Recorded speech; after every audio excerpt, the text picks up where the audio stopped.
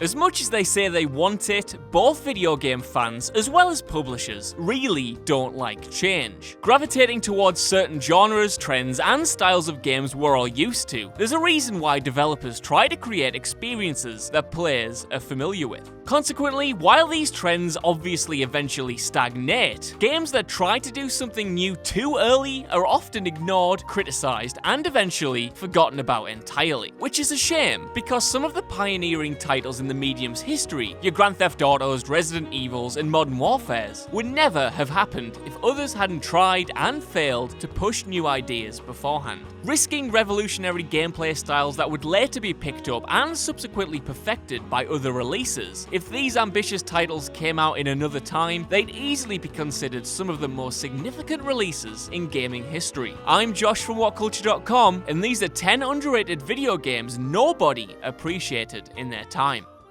Number 10. TUROK did bow and arrow jungle combat way before Far Cry.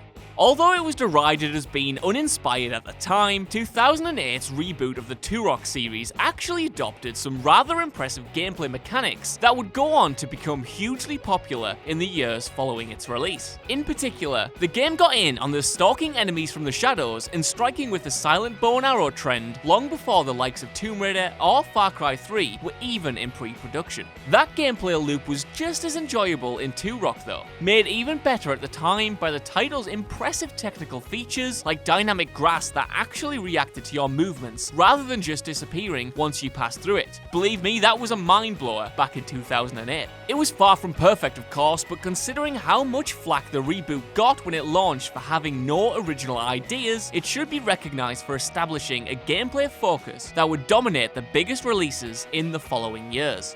Number 9. VIRTUA Fighter pioneered 3D fighting long before Tekken. The very first fighting game to make use of 3D models, Virtua Fighter left the 2D space behind long before the likes of Tekken gained popularity for doing the same thing. Wanting to prove just how revolutionary it was, everything about the game was set up to distinguish its new focus and set it apart from other titles in the genre, right down to its future-focused name. Unfortunately, despite its pioneering of inventive graphics at the time, the series didn't quite have the gameplay prowess or the personality to attract fans of the more popular fighting franchises. Street Fighter was still dominating the arcades and was where the self-proclaimed serious fighting game fans were going, while Mortal Kombat was gaining traction for its sheer brutality and over-the-top gore. Still, Virtua Fighter was an enjoyable fighting game in its own right, and offered players a taste of the future long before its competitors would follow suit. Number 8. PSI-OPS' phenomenal physics-based gameplay. Developed by the criminally underrated Midway Games, on the surface PSI-OPS, the Mind Gate Conspiracy, looks like any other shooter from the early 2000s. However, its early adoption of ragdoll physics and upgradable psychic powers that let you interact with enemies and the world in exciting new ways marked it out as something special. Releasing a few months before Half-Life 2, the game was actually first out the gate when it came to physics-based puzzles and combat. The wide array of abilities on display encouraged a sense of interaction with the world that few other games, especially shooters, encouraged at the time. But it might have been the forward thinking, as well as, Valve's immensely popular release, that killed the title before it had a chance to blossom. Also, that daft as out name probably didn't help either. Number 7. Vampire: The Masquerade should be up there with Half-Life 2.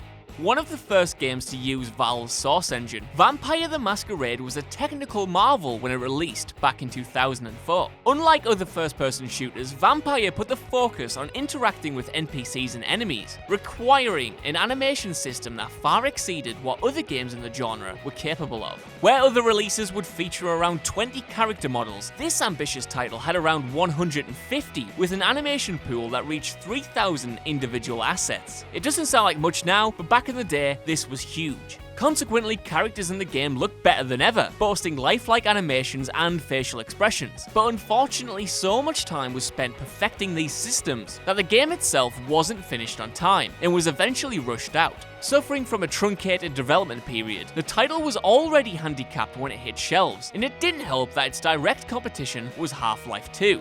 Number 6. Shenmue pioneered interactive environments to the wrong generation. Originally an RPG set in, of all things, the VIRTUA fighter world, the original Shenmue quickly sprawled into a much more ambitious project.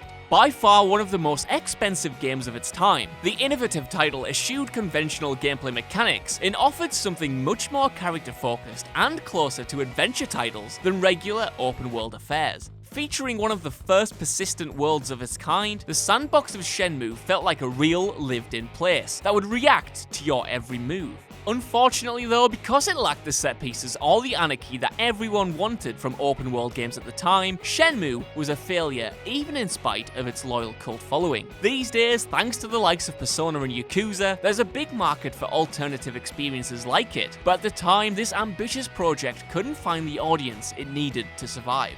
Number 5. Driver 2 beat GTA 3 to the on-foot open-world crime game idea. While Grand Theft Auto was still a rudimentary top-down shooter, Driver was pioneering open-world gameplay on the original PlayStation, with the first game allowing players to drive around fully explorable mini-open worlds in the shape of iconic American cities. The developers opted to push this vision one step further with the sequel. Instead of only being able to drive around the city, in Driver 2, players were given the ability to get out of their vehicle and explore certain sections of the world on foot. Sure, it was a bit rudimentary looking back, but there was nothing else quite as advanced as this on the PS1. Of course, GTA 3 took the same concept and ran with it on the PlayStation 2, but the second installment in the Driver series should still be commended for showing what a 3D rendering was capable of creating even on hardware as limited as Sony's first console. Number 4. Heavy Rain was a narrative-heavy game 3 years too early. A narrative-driven crime thriller, Quantic Dream's Heavy Rain today is considered one of the most interesting releases of the PS3 era. Back in 2010 though, many players wondered whether it could be considered a game at all. Criticized for being a quote-unquote interactive movie and taking too much control away from players, the choose-your-own-adventure title wasn't given a chance by audiences at the time. Sure, it found some love from the core PlayStation fanbase, me included, but David Cage's most focused title to date was mostly ignored by the mainstream. Had it dropped now though, in an era where The Walking Dead and Until Dawn have proven that story-driven titles can be gigantic successes, Heavy Rain probably would have been a much bigger deal. As times have changed, audiences have warmed to narrative-heavy games like this, and as a result, the developer's upcoming Detroit Become Human will probably be a much bigger hit than any of the studio's previous releases. Number 3. Alone in the Dark invented modern survival horror, not Resident Evil. While not the very first survival horror game, the classic tropes and features of the genre can be traced back to 1992's Alone in the Dark, a haunted house tale that made use of the very best 3D effects at the time, which is to say they look absolutely terrible now. I mean, just what is this supposed to be? The title pioneered things like pre-rendered backgrounds, static cameras, and tank controls that the Resident Evil series would perfect a few years later. Inspired by H.P. Lovecraft more than George A. Romero, the title blended gothic horror with pure cosmic terror. Well received at launch, the promising franchise quickly tanked when its 2 sequels, which released in the 2 years following the original, received a critical kicking. Consequently, the series was effectively dead by the mid-1990s, with the final nail in its coffin being Resident Evil in 1996. Number 2. Metal Gear Solid 2 was incredibly meta in a generation that didn't get it. Replacing series star Solid Snake with a rookie newcomer, Metal Gear Solid 2 became instantly notorious for pulling off one of the greatest bait and switches in video game history. The rug pulling didn't end there though, and the sequel constantly subverted fan expectations by essentially being a meta commentary on the first game. Adopting that title's structure, mimicking its villains, and outright repeating certain lines of dialogue, the sequel attempted to deconstruct what virtual reality, simulations, and franchises as a whole meant in the modern world. However, that style of self-aware commentary wasn't appreciated in 2002, and it's taken until now for MGS2 to finally be recognized as an intelligent and intriguing game that wasn't just a retread of prior glories. With a whole subgenre of games being released these days that happily acknowledge that you're playing a video game, MGS2 set the bar for this self-aware style of storytelling almost a decade before it became popular. Number 1. Everything about LA Noire.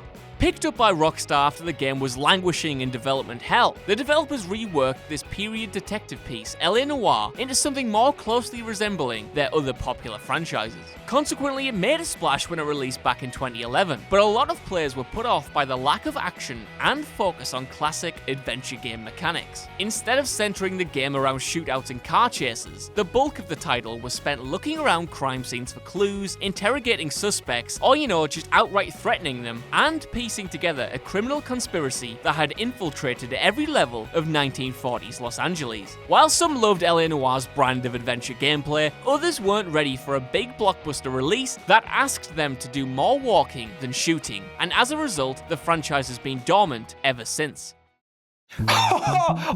Wasn't that something? Don't forget to like, share and subscribe below, and also the people who made this lovely video, they're appearing right here. But if you're thinking to yourself, I want to see more content, Jules, then why not look above my head, as there probably is some. I don't know. I can't see it. Until next time.